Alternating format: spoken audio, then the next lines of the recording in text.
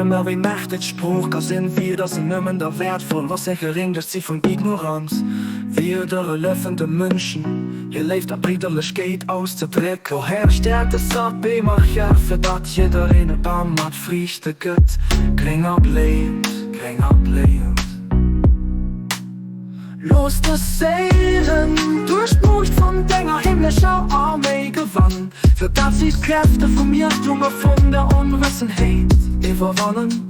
An der Vögel von der Freundschaft, Affären an der Völker ausbreiten.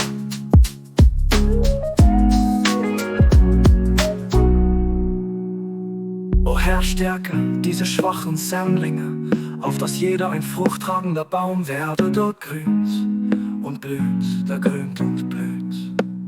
Mach diese Seelen siegreich durch die Macht deiner himmlischen Herrscher, damit sie fähig werden, die Kraft des Irrtums und der Unwissenheit niederzuschmettern und das Banner der Kameradschaft und Führung unter dem Volk aufzurollen.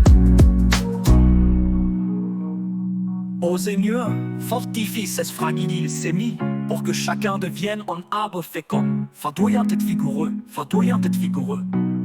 Accorde la victoire à ces âmes grâce au pouvoir de ton armée céleste, pour qu'elles puissent écraser les forces de l'erreur et de l'ignorance, et déployer la bannière de l'amitié et de l'aspiration parmi les hommes.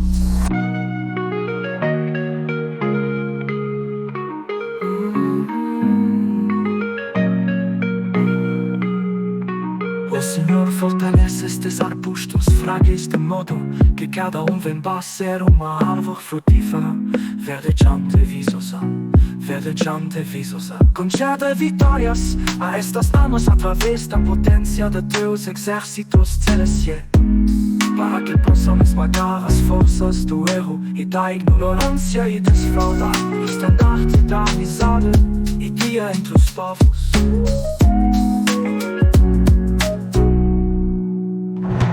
O Lord, strengthen these fragile seedlings, that each one may become a fruitful tree, verdant and flourishing, Verdant and flourishing.